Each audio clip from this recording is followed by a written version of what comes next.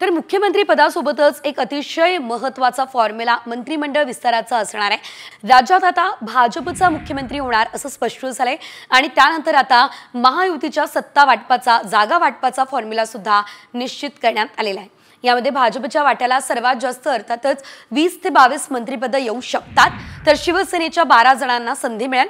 मात्र राष्ट्रवादी काँग्रेसच्या 9 ते 10 जणांची मंत्रिमंडळामध्ये वर्णी लागण्याची शक्यता सध्या तरी व्यक्त केली जाते। मात्र यंदा महायुतीमध्ये भाजप हाच मोठा भाऊ असल्याने त्यांच्या जास्त जागा या मंत्रिमंडळामध्ये असू शकतात। महायुतीमध्ये मंत्रिमंडळाचा 20-12-9 असा फॉर्म्युला आहे का असा प्रश्न आहे, कारण भाजपला सर्वात जास्त 20 ते 22 मंत्रिपद मिळणार अशी चर्चा सध्या रंगलेली आहे। शिवसेना शिंदे गटाच्या 12 जणांना संधी मिळण्याची शक्यता आहे, तर राष्ट्रवादी काँग्रेसच्या मात्र 9 ते 10 जणांची मंत्रिमंडळामध्ये वर्णी लागू शकते। दिल्लीमध्ये महायुतीच्या नेत्यांची बैठक निर्णय मात्र गुलदस्त्यातच असल्याचं कळत आहे।